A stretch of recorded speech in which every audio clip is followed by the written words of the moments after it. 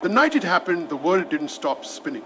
But something deeper, far more unsettling took place. Iran launched a calculated, ruthless strike that shattered more than just radar grids and concrete bunkers. It obliterated Israel's pride, not just a blow to national defense, but a seismic hit to the myth of untouchability that Israel has cloaked itself in for decades. And the world, it did absolutely nothing. This wasn't just a minor scuffle in the desert or a drone intercepted at the border.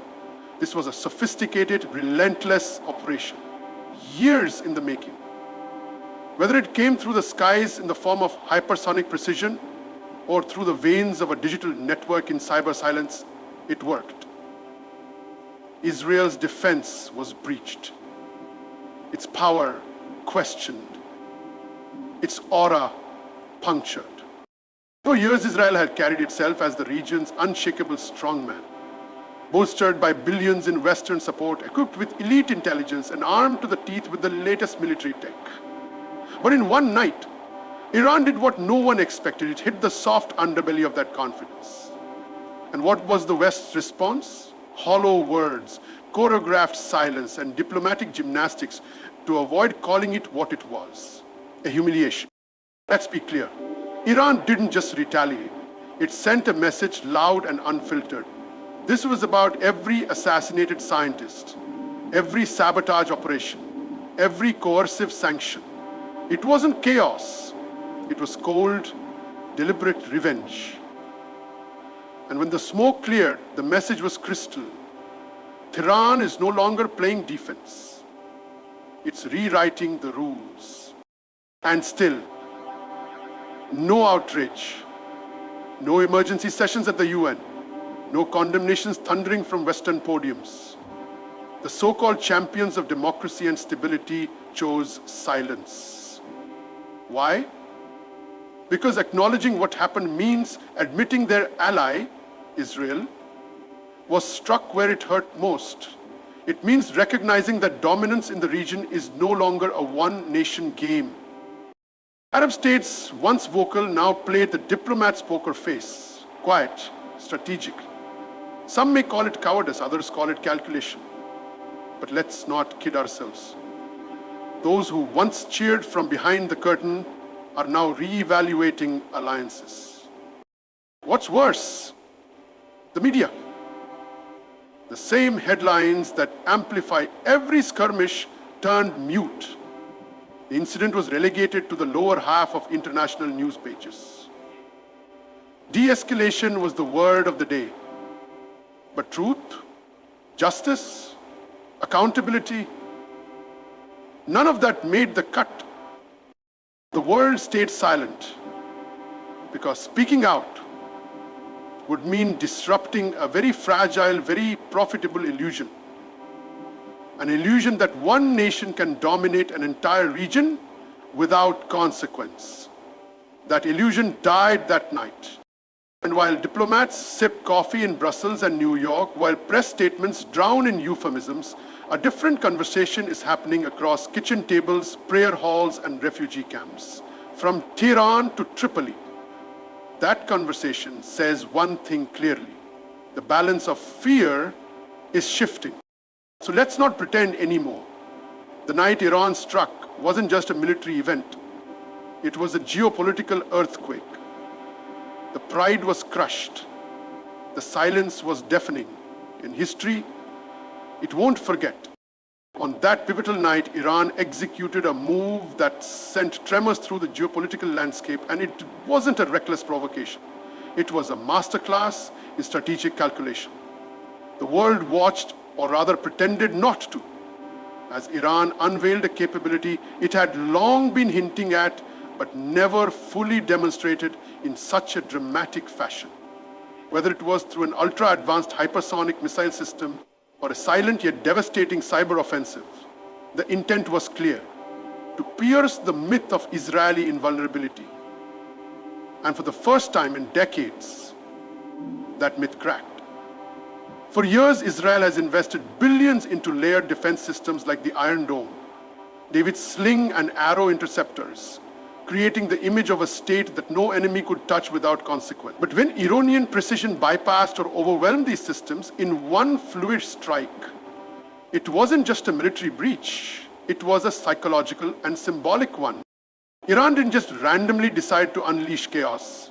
This was methodically timed, most likely after prolonged surveillance, coordination, and a buildup of intelligence. The strike demonstrated technical maturity and confidence, not desperation. It wasn't reactive, it was preemptive, predictive, and perfectly choreographed to land when Israel least expected it. This wasn't Tehran throwing a tantrum. It was Tehran asserting presence, capability, and calculation in a language the region now understands, cannot be ignored. From command centers in Tel Aviv to diplomatic rooms in Washington, the message wasn't just heard, it was felt. Every missile that slipped through the air or every data network that glitched under pressure was a reminder that Iran has evolved far beyond the caricature of a rogue actor. It is a player with patience, resources, and a willingness to escalate without flinching. The most critical aspect of that night's operation was its surgical precision. There was no attempt to wage all-out war, no mass casualties just for the sake of spectacle. Iran struck exactly where it hurt the most, either crippling sensitive military infrastructure, exposing cyber vulnerabilities, or leaving key facilities smoldering in symbolic defeat. That restraint was intentional.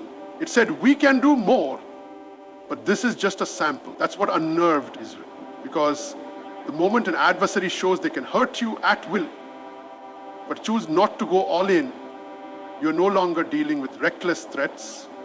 You're facing cold strategy, a nation that's willing to play the long game, and one that's willing to endure sanctions, isolation, and decades of international pressure just to prove a point. This event also put Israel in an uncomfortable position, not only militarily, but politically, for a nation that thrives on its aura of dominance and deterrence. Admitting a breach of this scale could destabilize internal confidence and external support. Yet the evidence was difficult to suppress. Satellite images, digital forensics, and even private intelligence leaks pointed to a clear and deliberate Iranian success. No matter how sophisticated the disinformation machinery, there was no plausible way to spin this as an accident or a non-event. This was a direct message. We can reach you, we know where to hit, and we will choose the moment that serves our narrative, not yours. There was an unmistakable air of psychological warfare embedded in the move. It wasn't only about what was destroyed, it was about what was revealed. A certain sense of vulnerability crept into the Israeli public consciousness, perhaps for the first time in generations. Questions were asked. How could this happen? Where was the interception? Why weren't our satellites or Mossad networks prepared? And most of all, what happens if this wasn't the climax, but only the prologue? This night also revealed another layer, the internal Iranian narrative. For years, the Iranian regime has used rhetoric and symbolic gestures to rally nationalistic pride. But rhetoric can only do so much. Action, however, especially successful action, is intoxicating in a country under relentless economic pressure and international scrutiny. This was more than a foreign policy maneuver, it was domestic fuel. In cities across Iran, this strike was seen as a triumph not just against Israel, but against a whole ecosystem of oppression, sanctions, and humiliation. Tehran wasn't just retaliating, it was writing a new chapter in its own national story. This event redefined the idea of regional reach. For so long, Iran's capabilities had been viewed through the prism of proxy militias and low-level asymmetric warfare. But this night was a departure from that model. It wasn't Hezbollah or Houthis, it was Iran itself. No deniability, no masks, no cutouts. That shift sent an even more unsettling message to the region. The rules of engagement have changed. Iran is no longer confined to fighting from the shadows. It is stepping out of them not to start a war, but to show it knows how to end one, or at least how to call the bluff of a so-called superior power. And while Israel scrambled for damage control, both literal and narrative, the rest of the world had to recalibrate its understanding of power in the Middle East. That recalibration began the moment those strikes, kinetic or digital, hit their mark. What made this moment so stark wasn't just the strike itself. It was that it succeeded in doing what no state had done in years. It punctured the illusion. Israel's global reputation has long rested on two unshakable pillars: its military dominance and its intelligence superiority. For decades, this image has been carefully cultivated and aggressively defended, not just through battlefield prowess, but through a narrative of invincibility. The Iron Dome became a symbol not only of physical protection, but of psychological dominance.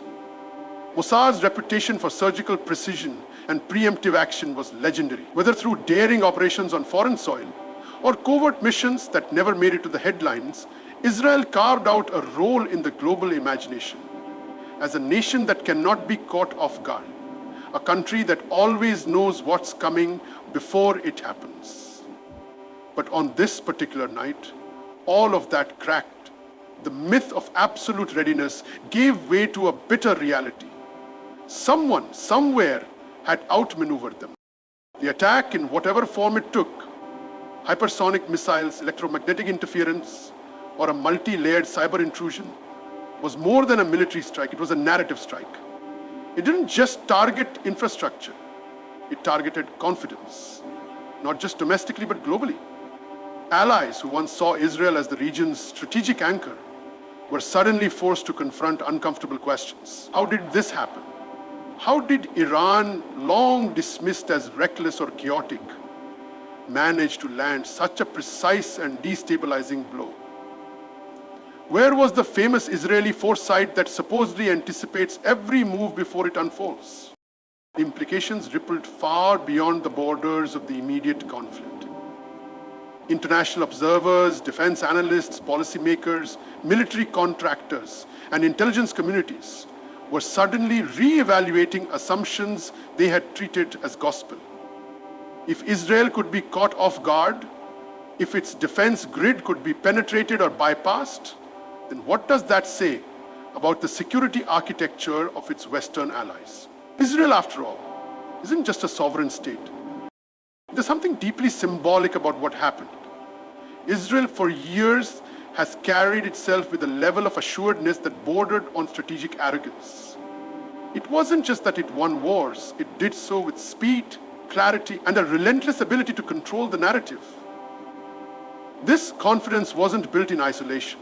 It was reinforced by global media portrayals, diplomatic support from the most powerful nations, and an unspoken understanding that Israel was untouchable in its theater. That understanding was not only broken, it was mocked. Iran didn't just land a punch, it landed it in front of the entire global audience. The silence that followed wasn't just due to shock, it was due to embarrassment. For countries that had previously aligned themselves with Israel, either politically or militarily, the blow was more than symbolic. It represented a potential shift in regional equilibrium. Nations that had normalized ties with Israel under various peace deals were watching carefully. Because in diplomacy, strength invites alliance, but weakness creates distance. When your strongest regional partner is exposed, suddenly the calculus of alignment shifts, and that's exactly what Iran was banking on. This wasn't just a strike against an enemy. It was a power move designed to rewire perceptions across the region. Internally, Israel now faced a different kind of battle, one not waged with rockets, but with doubt. Within its own population, the psychological armor began to wear thin. A population that had grown accustomed to hearing about neutralized threats and intercepted missiles was suddenly forced to confront the unfamiliar: vulnerability. questions began to rise within its media, its military, and its public. Why weren't we ready?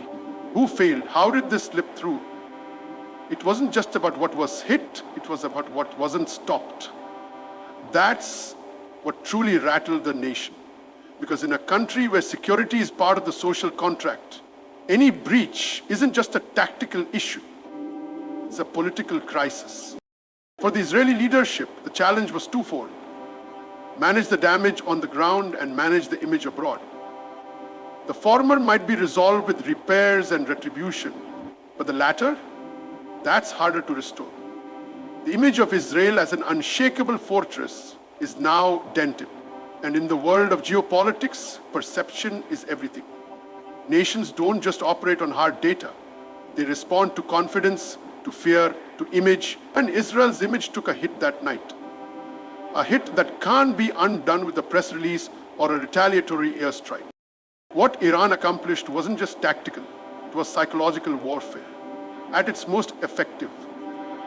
It exposed the cracks in a system everyone believed was flawless.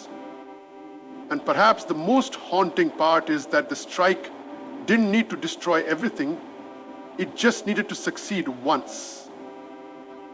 That single success was enough to change the narrative, enough to force allies to pause, adversaries to reconsider, and populations to question what they had been told. And so Israel's global reputation, built on decades of deterrence and decisive action, now stands at a crossroads.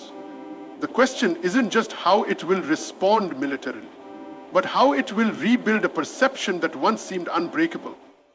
Because in today's world, where wars are fought just as much on screens as they are on soil, perception is not just power, it is survival. And for the first time in a long time, Israel is now fighting to reclaim the very thing it has always wielded so effortlessly: its pride.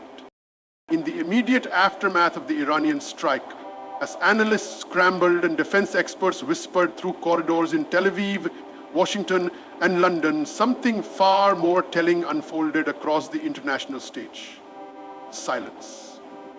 Not the kind of silence that follows shock or devastation, but the cold, calculated silence of diplomatic evasion. The Western powers, so often poised to issue swift condemnations, sanctions, or military support at the first sign of provocation, chose instead a path of conspicuous restraint.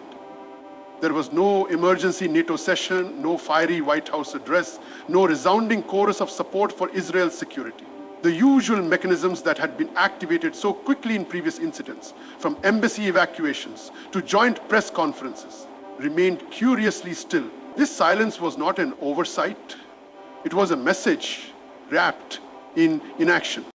For years, Israel has been a central pillar in Western foreign policy in the Middle East. A state with whom alignment symbolized strength, stability, and a shared vision of democracy under threat. Yet on that night, when one of the West's most critical allies was caught off guard and publicly humiliated, the expected chorus of Western outrage didn't materialize. In its place was diplomatic language engineered to neutralize emotion. Leaders spoke of de-escalation, of measured responses, of regional stability, but none dared to call it what it truly was: a direct blow to a Western-backed powerhouse. Behind the scenes, policy advisors and foreign ministers were likely grappling with the brutal realization: any loud defense of Israel now meant owning its vulnerability.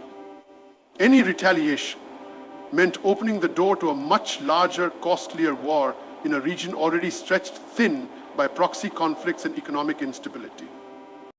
This muted response was not merely a matter of caution. It was political calculus.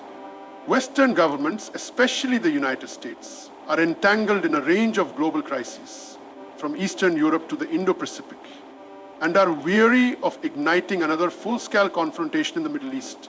Iran, fully aware of this exhaustion, struck not only with force, but with the timing of a nation that understands its adversaries are juggling too many fronts. The silence that followed wasn't just inaction, it was strategic paralysis.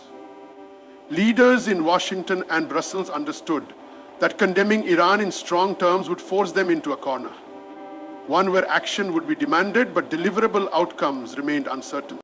At the heart of this diplomatic retreat lies another truth. Israel's behavior on the world stage in recent years has strained even its closest alliances. Repeated incursions into Gaza, controversial settlement expansions, and an increasingly hardline domestic agenda have alienated traditional supporters and ignited fierce debates within foreign parliaments. Many Western leaders have found themselves defending Israel while simultaneously battling internal criticism and protest from their own populations. The strike by Iran then presented a conundrum: rally behind Israel with the usual fervor and risk inflaming domestic unrest, or remain diplomatically aloof and protect national interests. Most chose the latter. The media narrative followed suit. Major outlets which had often painted Iran as the perennial aggressor and Israel as the besieged defender suddenly shifted tone. Coverage was sparse, headlines vague, and the incident often relegated to the bottom half of international reports. There was an eerie absence of urgency. Instead of framing the strike as a regional tipping point, it was described as a flare-up, a tit for tat, or unconfirmed aggression. Okay. These linguistic acrobatics weren't accidental. They were part of a broader attempt to de-escalate not the conflict itself, but the public's reaction to it. Media producers, editorial boards, and government-backed analysts all seem to align under a single unstated command: don't let this spiral. Don't let it become the next big story. Don't let people think Iran won. Yet the world isn't composed solely of diplomatic cables and news briefings. Ordinary people across continents, many of whom have grown cynical of sanitized media narratives, could see the pattern. A major event had taken place. A fortified nation had been breached, and the world's most vocal defenders of sovereignty and order had suddenly lost their voices. The silence was noticed. It was dissected. It was resented. In much of the Muslim world, it confirmed a long-held belief that Western outrage is selectively applied, that justice is conditional, and that power only responds to power. Even within Western nations, cracks began to show. Members of parliaments, journalists, academics, and activists questioned the silence. Some viewed it as a betrayal of an ally. Others saw it as a necessary pivot away from blind allegiance and toward a more balanced, interest-driven diplomacy. Regardless of the angle, one fact stood uncontested. The West had made a choice. Whether driven by fear, fatigue, or foresight, it had decided not to meet Iran's challenge with its usual fury. And in doing so, it gave Tehran something far more valuable than just a propaganda victory. It handed them the moral high ground in the eyes of millions who have long watched the double standards of global power unfold. This moment now exists as a pivotal data point in the shifting dynamic of international relations.